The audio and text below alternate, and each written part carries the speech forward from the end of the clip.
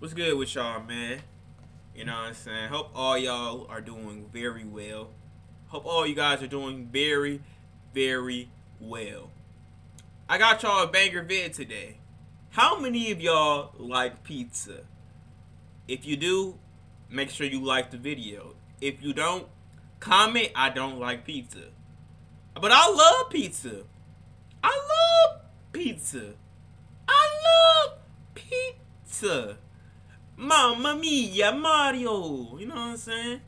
So we got a very interesting video on Papa John's. You know, if you don't know about Papa John's, the story behind Papa John's, this video is going to teach you about Papa John's. So we going to get some info. So basically, this guy right here, he got canceled. Okay? He used to be Papa John's mascot. He used to represent Papa John's, be in every commercial. He used to always be on TV. But something got him canceled, and they made a whole documentary on it, and we gonna react to it. But y'all make sure y'all like, comment, and subscribe to make sure y'all see all my reactions live. Make sure y'all follow my Twitch. Link will be in the description. And we're gonna get into this video. So I hope you guys enjoy this treat I got for y'all today. And let's get into it. Papa John Schnatter was once the trusted, smiling face of a multi-billion-dollar pizza empire, but one leaked phone call of him using a racial slur destroyed his company and reputation forever, and his response to the backlash could not have been worse, claiming that even though he did this, bro, I still eat Papa John's. I don't know if I'm the only person that does it, but bro, I ain't gonna lie. If you got good food, man, fuck it. I'm still gonna eat the food. Is that bad though? Does that mean I'm like still supporting somebody's bad behavior if I eat bad? Like somebody saying some bad things about people and stuff? I still eat Papa John's though. Papa John's is still the best pizza spot regardless. Spent nearly 2 years in a sort of racist rehab to stop himself from saying the slur. And we've had 3 goals for the last 20 months to get rid of this N-word in my vocabulary and dictionary and everything else. And although this could be one of the worst ways to address a controversy in history, and there is no excuse for using a slur, John constantly tried to convince the world that this was all a calculated setup by people who wanted him exiled from his company. No. And when you hear the full story, he might not seem that crazy. There are even a small number of OG Papa John's fans who think he is innocent and are campaigning to reinstate him as CEO. One thing everyone agrees on is that the pizza quality was much better when he was still in charge, because today they have seemingly abandoned their promise to make better pizza with better ingredients. Today we are going to assess the crash and burn of John Schnatter's career and reputation to determine if it was all a calculated setup. So wait, my nigga name not even Papa John? John Schnatter. So I used to think this guy name was actually Papa John's. What the fuck? Bro, on some real shit. I really thought his name is John Schneider? The fuck? Yo, from YouTube, here from your YouTube vid. Appreciate you for pulling up, bro. Welcome to the Twitch, my guy. But this nigga name is John Schneider, though. The fuck? He lied to me. For years now. For years.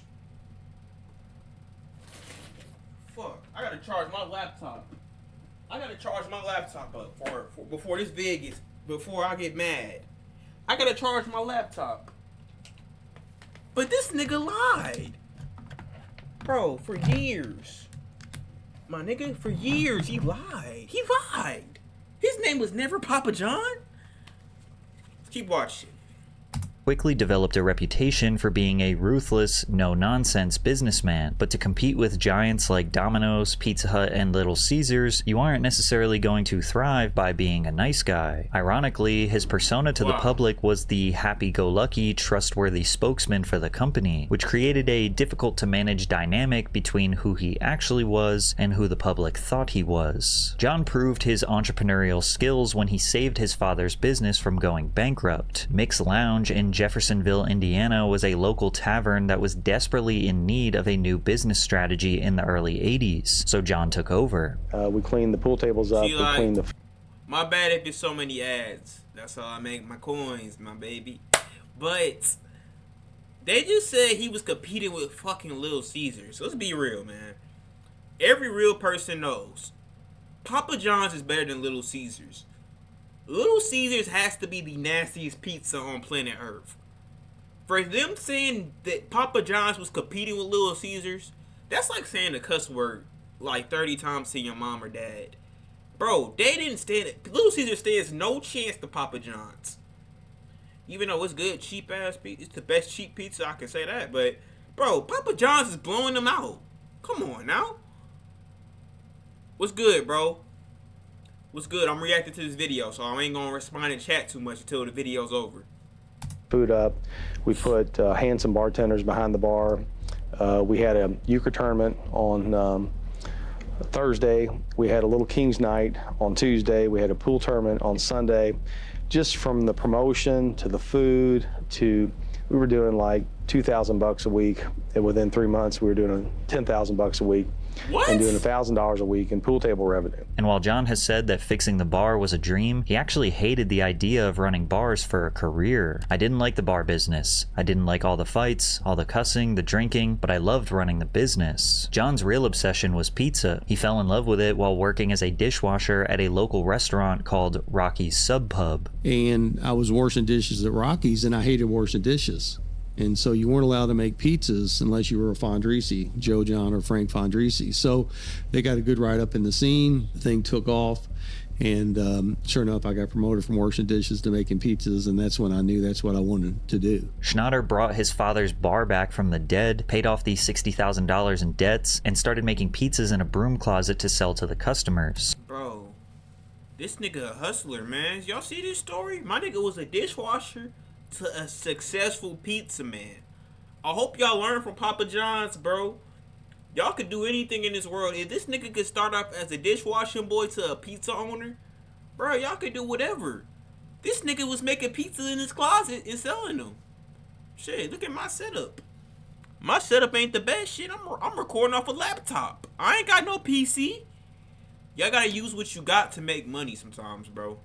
The customers loved the pizza, and the demand got so high that John purchased the shop directly next door and established the very first Papa John's location. John was a 21-year-old dreamer who was willing to work until he could no longer stand. He was always thinking of ways to make a better product as fast as possible for the best price. Like when he upgraded from Baker's Pride ovens that could make him $1,000 in a day to conveyor ovens that could make him $1,000 per hour without breaking a sweat. What? Once the first Papa John's location was earning $9,000 per week in revenue, John's confidence turned into what he even admits was borderline delusion. I'm all pumped. I'm ready to go. I'm excited.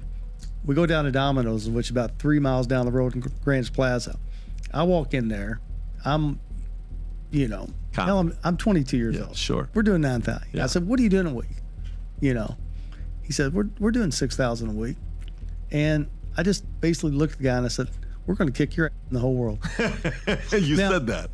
Basically. 22 years old. Bro, this nigga was running businesses at 22? Bro, this is insane, my nigga. I'm 19, and I ain't running shit. I need to catch up. See, this is how the internet will fuck your brain up. You see some shit like this, and you be like, dang, bro, am I doing something wrong? Because they doing so much better than me, and I'm not doing anything. That type of stuff ruins my brain. It makes me want to quit. This man selling out pizzas at 22?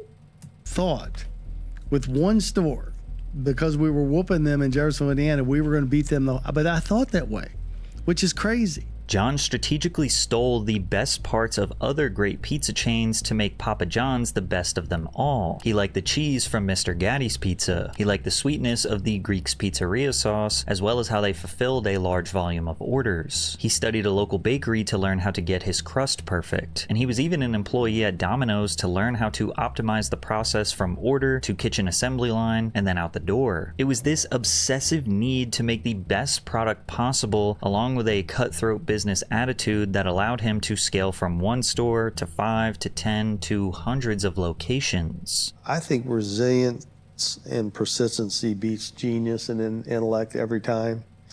Let's say you want to be a dentist. Sooner or later, there's going to be a dentist that was a dentist before you were a dentist that So he my nigga just studied everybody's pizza and made it his own. See, I'm learning this shit, man. This is how you become the best at something. You gotta watch everybody to learn how you can master your own craft. Look at all these basketball players. They talk about how they used to watch Jordan, Michael Jordan, Magic Johnson, all of them to put it inside their own game. This nigga did it with pizza though. Bro, this is crazy. I'm learning about how you become a craft. I need to start watching every YouTuber documentary and how they become great. Shit. Hate it. Well, human nature, then they start playing their golf. Then they start having their poker game on Tuesday night. Then they start closing alphas on Friday. And what it does, it gives a young entrepreneur like you that's a striving dentist that wants to be like the other dentist, it gives you that incentive. Sooner or later, if you outwork them, you're going to take advantage of the guy on the golf course. And they all get fat and happy. And so I call it soft. The concept of sitting on the couch, eating Doritos, watching TV, or drinking beer or Cokes, what a waste of life. Maybe the big three pizza franchises doubted that Papa John's could become a real threat, and he was comfortable with being the underdog. However, in 1993, everything changed. Papa John's became a publicly traded company, and after their IPO, they generated $25 million in investment capital, which was plenty of money to open thousands of locations across the United States. This is where the real takeover began. Unlike competitors who used mascots or attractive logos to promote the brand, John made himself the official spokesperson of Papa John's. Oh, that's crazy. Imagine your CEO is the mascot. That is player. This motherfucker was the CEO of his own brand, the mascot for his own brand. That's player. He came off as humble, hardworking, and honest. He commissioned independent taste tests. Papa John's won big time. Maybe that's because our sauce is made with fresh-packed, vine-ripened tomatoes. Pizza Hut uses remanufactured paste. Anybody can claim to make a better pizza, but it's you, the consumer, who've decided. The advertisements just kind of plainly said, we're better because people think we are better. It's that simple. But Pizza Hut was not happy with these comparisons. They sued Papa John's, but ultimately lost in the U.S. Court of Appeals for the Fifth Circuit, which ruled that the slogan was puffery. The court said Papa John's claims weren't literally false, and thus didn't violate advertising laws. But how much validity was there to the better ingredients? Dang, so Pizza Hut, y'all lost, my nigga? Papa John's whooped y'all ass in business sales and took y'all money? Y'all niggas are some losers, bro. Slogan. What really makes the ingredients from Papa John's better than those of the competitors? How do you really have better ingredients that make better pizza? I think you say it this way. Better ingredients, better pizza, Papa John's. Another good question. You can't make a silk purse out of a Salzir. The reason our ingredients are better is because they cost more. And the reason they cost more is because they're real. Well, it is true that none of the ingredients used were frozen, and every single pizza was made practically from scratch. Employees do everything in the store besides making the dough. The dough was hand-stretched and formed for each order. None of the produce or chicken products on a Papa John's pizza is older than 7 days in the store, all of which is kept in a 36-degree cooler. Pork and beef products spend no more than 12 days in the same cooler. So yes, you could call the pizza fresh, but that still doesn't exactly clarify the quality of the ingredients. But Papa John's strategically keeps that a secret. You see, if you look on their website, you will see a simplified version of their ingredients they believe sound clean or natural. In the US, food manufacturers can legally omit certain additives if they are considered processing aids or present in trace amounts. That means Papa John's could have tons of sub-ingredients like anti-caking agents, emulsifiers, stabilizers, or preservatives. What the fuck is this nigga talking about now, bro? I'm losing my brain cells. Bro, Patrick TC, you be talking too intelligent sometimes in these documentaries. It be making me sound like a dumbass. Or making me look stupid, because you be saying all these intelligent bro, what the fuck is this nigga saying, bro?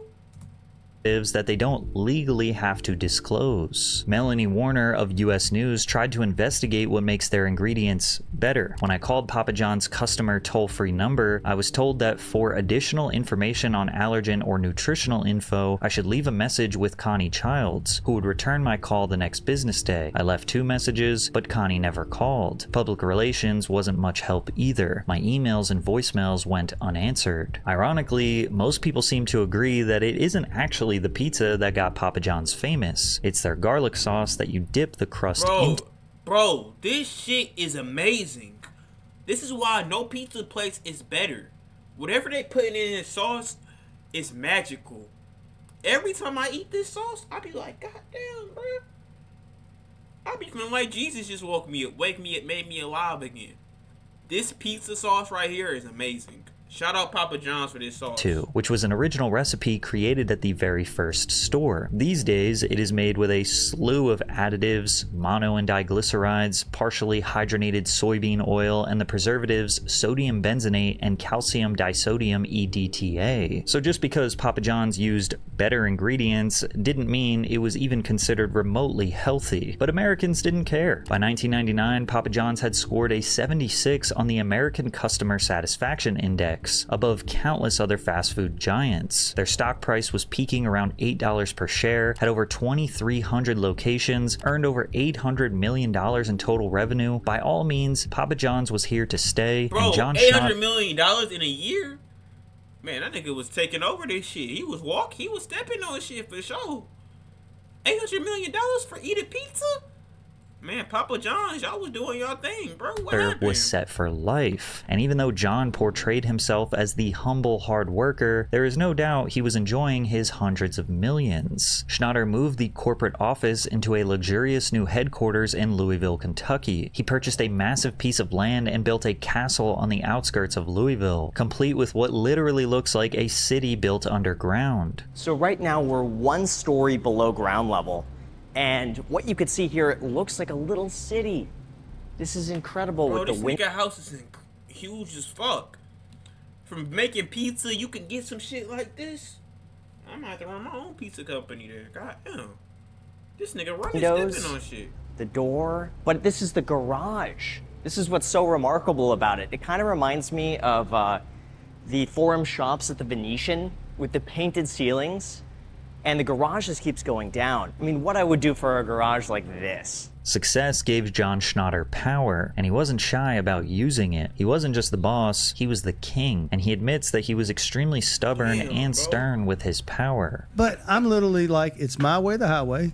If you didn't do it my way, you know, I was bad. It was a benevolent dictator with an attitude. And although John's leadership and tenacity made for groundbreaking advancements in the company, such as being the first pizza company to accept online orders in 2000. Man, it's gonna get bad for him. What's good, Kazaya? It's basically about how Papa John got canceled, bro. The Papa John's guy.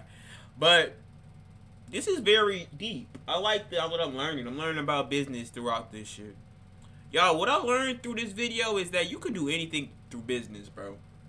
You can make a lotion company and make billions of dollars. You can make a sleeping pill and make billions of dollars. This man made pizzas, man. And he's good. Look at this. Ultimately, his inability to do anything other than his way led to a steady decline in the business. After profits dropped 3 years in a row, the board decided it was time for John to step down. In 2005, they replaced him with Nigel Travis, former COO of Blockbuster. But Nigel only lasted 3 years as the head of Papa John's, and Schnatter stepped back into the CEO position almost immediately. Interestingly enough, in the press release announcing Nigel's departure, they wrote, "We are pleased that John has once again agreed to lead the company, albeit on an interim basis, until we can identify..." See, like, that's why y'all can't get any new motherfuckers, man. You can't just replace a person that was making y'all $800 million to a random that don't know what he's doing. Like, bro, this Papa John's guy rebuilt this brick by brick, and you trying to get a new guy to run a business. Bro, get the fuck on, man. A permanent replacement. It's interesting that the company seemed to want to move on from John's leadership, but why? This is the guy who built and led the company to be worth over $1 billion. Exactly. He built this junk brick by brick. Not the most suitable man for the CEO position? Why did they want to replace him so badly? Because to the public, John seemed to be more in love with the company than ever. He remained the spokesperson of the company, appearing in TV commercials, advertising stunts like completing the world's highest pizza delivery in history at the top of the Sears Tower. You say John! Papa John! Papa John! And even throwing half-court shots in front of a sold-out Kentucky basketball stadium.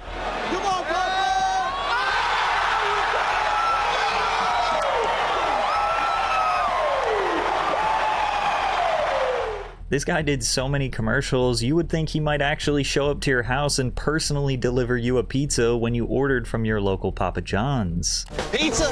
We got pizza! I'm John with Papa John. Bro, I remember this. Bro, I used to think that, though.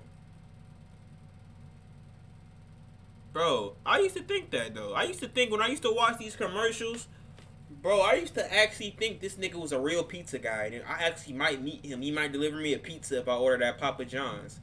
You know what? I can't say that. He did a great job at being a pizza guy. I ain't gonna lie. He did better than a lot of these other guys. Hey, Papa's in the house. How about some Papa John pizza?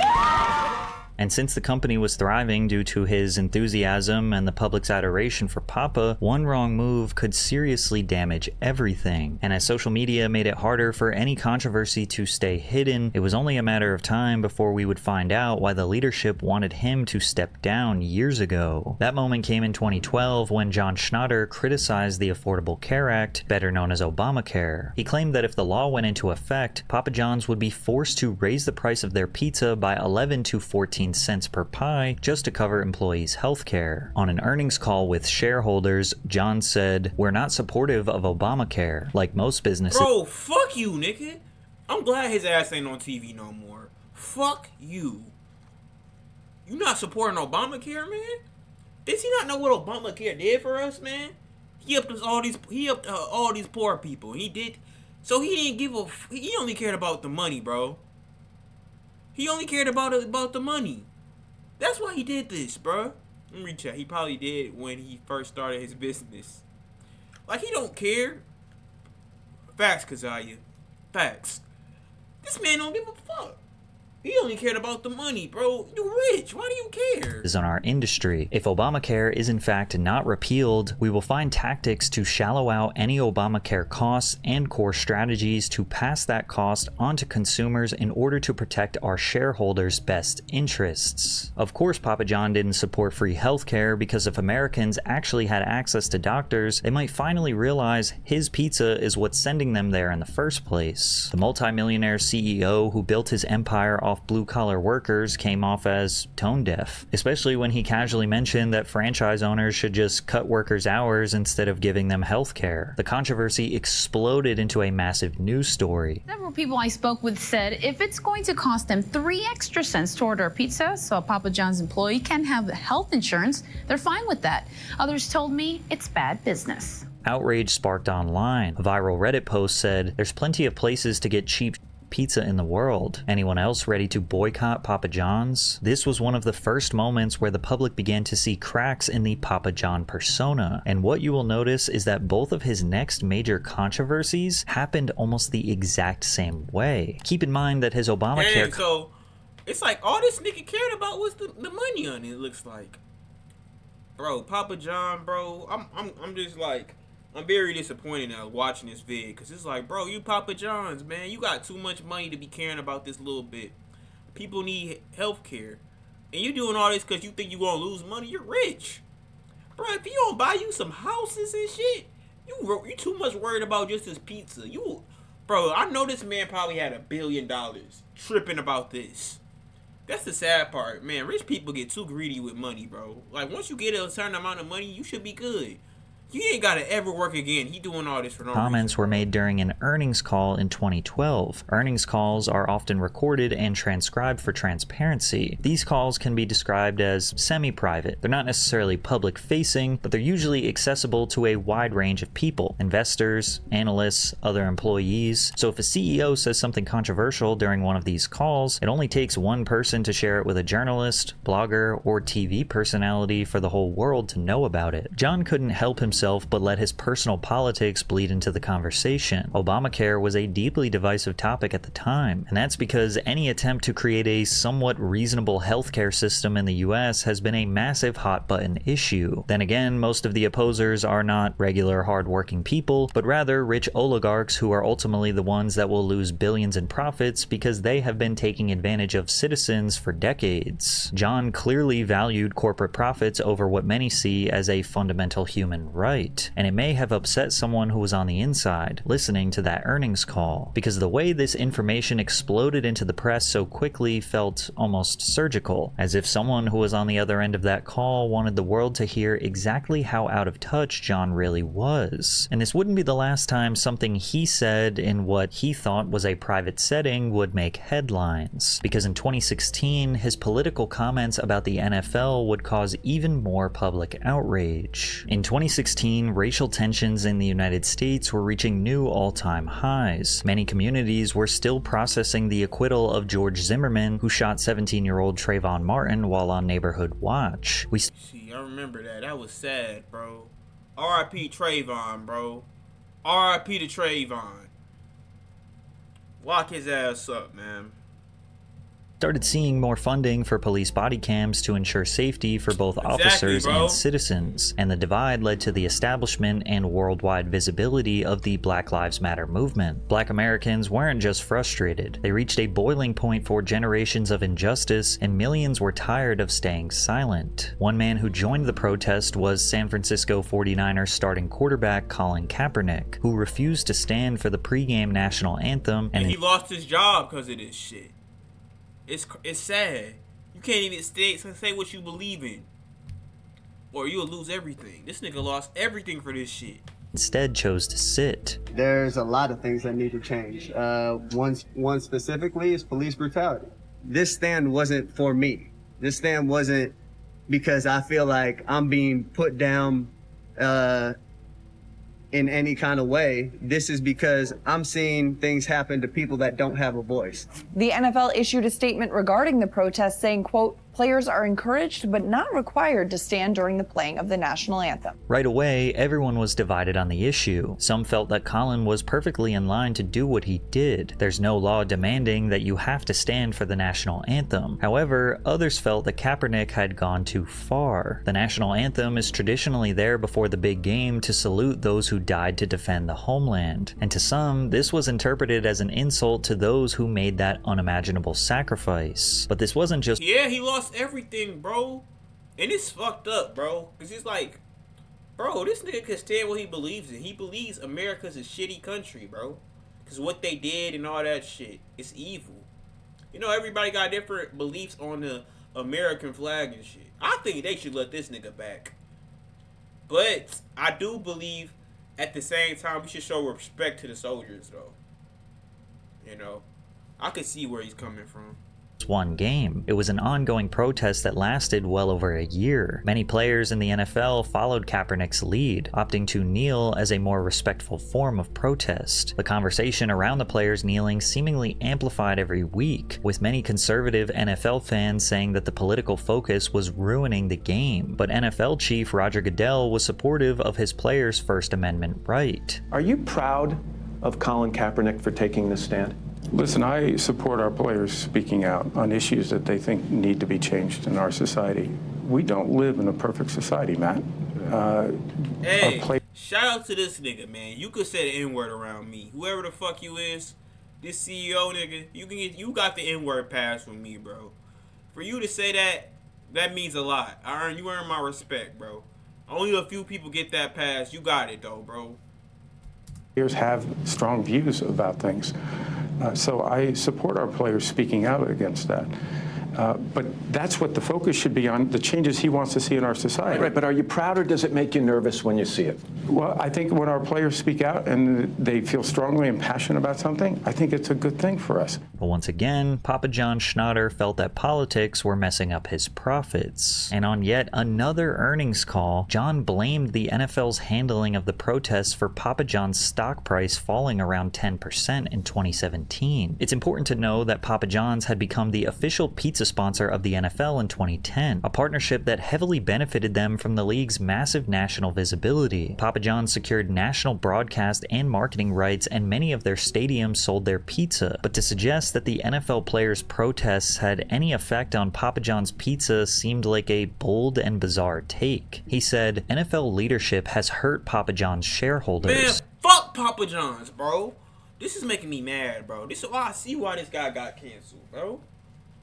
Bro, this is all because they said they stand with what they believe in. They losing money and stuff. All this Papa John's care about is a paycheck. Bro, everything ain't about money. Sometimes you gotta say what you believe in. Man, I hate that society was never perfect just because people couldn't get along. Yeah, I hate that too, bro. I wish that people understood how to get along and stuff. Like, it sucks that people gotta do stuff like this to do as a wake-up call. People gotta get hurt. People have to die. It's a lot people had to do for this country to become America.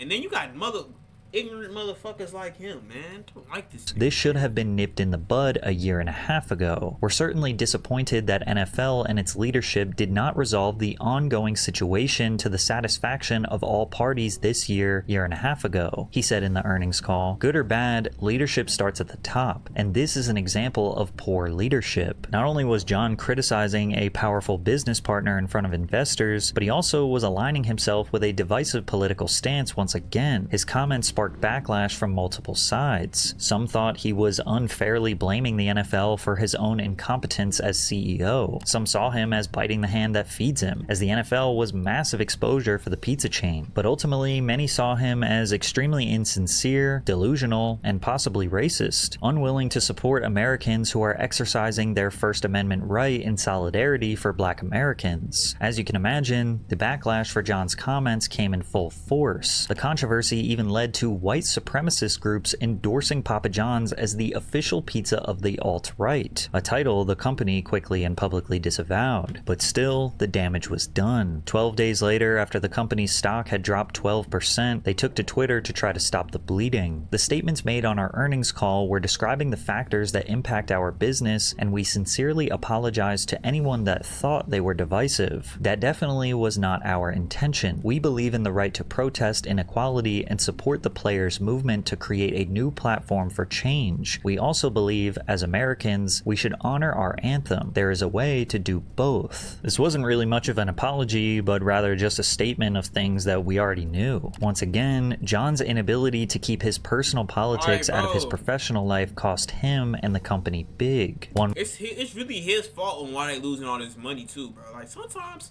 my nigga, you gotta just not say shit, bro. Like, bro, what the fuck does the NFL got to do with anything with your profits? Bro, that has nothing to do with your shit. You Papa John's, bro. This nigga's a billionaire saying all this crazy shit. If I'm a billionaire, bro, I'm having houses, bro. I'm about to have, like, so many different investments and not be stressing like this motherfucker. This nigga's stressing like a bitch. And it's making me mad, bro. A month later, Schnatter resigned as CEO but stayed on as chairman. Weeks later, a mutual agreement was met to terminate Papa John's as the official pizza sponsor of the NFL. They would be replaced with Pizza Hut. The company was going downhill fast, but still with a chairman's seat, John Schnatter still had power. But he would, for the third time, say something on a conference call that would officially destroy his reputation forever. After John's fight with the NFL, earnings were down by almost 50%. Brandon Roten, chief of marketing, felt it would be wise to reduce Schnatter's presence in TV advertisements, as well as reduce John's association with the company overall, since he was the sole reason Papa John... You just sold. This nigga just fucked up the whole company for him trying to be greedy. He could have just sold the pizza and went about his day. Exactly. You know what he fucked up to? Bro, you had the NFL sponsoring y'all. You was gonna make all that money from the Super Bowl. The Super Bowl's your biggest event. He's a stupid ass, man. Dumbass. Was ever in any controversy. It seemed like the company was looking to make John invisible, and he just couldn't handle the idea of being sidelined when he was responsible for all of Papa John's success. After months of arguments with his internal team, his executives sought a compromise to try to make everyone happy. In order to get things under control, the board made an agreement that John could stay on as chairman and still be the face of the company under one condition: if he accepted coaching from a PR firm called Oslin & Gage, operating under the ad agency Laundry Service. Papa John's hired Laundry Service for a new advertisement strategy, and Laundry Service brought in their PR team, Oslin & Gage, to specifically coach Schnatter on how not to destroy the brand any further. And the goal was... like I said, he was destroying this shit. It's really his fault on why Papa John's. Bro, they would be so much bigger, bro. Bro, they had the NFL right next to them. Live on TV, they commercials, Bro, I remember Papa John's just stepping on stuff. Now I look at my phone, I don't even see that much Papa John's commercials no more. He ruined their brand. I want y'all to know that. They had so much potential, so much great things coming their way. But this guy ruined it all, bro. The Papa John's guy ruined it all, bro. To train him in modern media etiquette and contain his public outbursts, and ultimately leave his personal opinions on politics out of the pizza business. But during one of those training sessions between laundry service and John, he said something so reprehensible that the PR firm decided they did not want to help him anymore. On July 11th, 2018, Forbes published a headline that spread like wildfire. Papa John's founder used N-word on conference call. Hey, it's time to end the video here, bro. I think this is what destroyed his whole career. Like, if I keep watching this, I might get a little pissed off. You know, my nigga said the N-word. This is basically what ends it all for you, bro. This is the end. It's over. We're gonna watch a little bit more then. I'm turning this off, bro. Call, and the clip of the conference call was released. What bothers me is Colonel Sanders called blacks n****. I'm like, I've never used that word. And they get away with it. This was now the third leaked phone call that made headlines. See, it's over, bro. It's over. He's done. Call, John and the PR firm were discussing his response to the NFL controversy. His suggestion that Colonel Sanders used to say the slur came off as deflective to his own offensive behavior. Sanders' grandson, Trig Adams, responded to John's comments saying, "He's a weasel. Because he's prejudiced, he's trying to say somebody else was too." Sanders had absolutely no prejudice against anybody. There were a few people that initially tried to defend John, saying that his use of the word was actually him calling out racism, which, even if it was, this was a terrible way to express it. Him claiming that he never used the N-word in the same breath that he just let the slur roll off his tongue seemed delusional. And in the same day news broke that John said the slur, he resigned from the Louisville University board. The Cardinal Stadium announced they would be removing the name Papa John's Stadium. The MLB cut my off nigga lost everything. Look how much money they losing, ties bro. with the pizza chain, and they lost colleges, football, baseball, all this shit because of his stupid ass. This is why Papa John's, I ain't gonna lie, Papa John's still good though, I can't lie, but hey, this is why they ain't that good no more. Donner resigned as chairman of Papa John's. This was the official nail in the coffin for John's career and reputation. He issued an apology that nobody took seriously. News reports attributing the use of inappropriate and hurtful language to me during a media training session regarding race are true. Regardless of the context, I apologize. Simply stated, racism has no place in our society. But John didn't believe what he said in that apology. He actually did seriously believe that the context of this conversation was extremely important, and if the general public knew, they would believe he got set up. And honestly, the details do look a little suspicious. You also have to consider that just 8 days after Forbes published the racial slur controversy article, they released another article called The Inside Story of Papa John's Toxic Culture. This is why, like, look at all this, bro. This is what caused Papa John's to get canceled, bro. It's like, it's really nothing else to really watch. Bro, let's just end the video off here. It's just, the rest of this is just bullshit. Him saying bullshit. He don't deserve to be on my screen no more. Bro, but to wrap this video up, my guy said the N-word. And that's how he lost everything. He lost football, baseball, schools, all this stuff. Because he was trying to be Mr. Funny racist guy. You know, so that's why y'all gotta show love to everybody, man. It's not right. If people just show love to everybody, is kind to everybody, man, shit like that wouldn't happen. My nigga lost everything. Now Papa John's, I don't see that nigga no more. He used to be on TV and all that shit. He's gone now. But y'all make sure y'all like, comment, and subscribe. Y'all, if y'all ever want to see these reactions live, y'all make sure y'all follow my Twitch. Link will be in the description. And I'm out of here.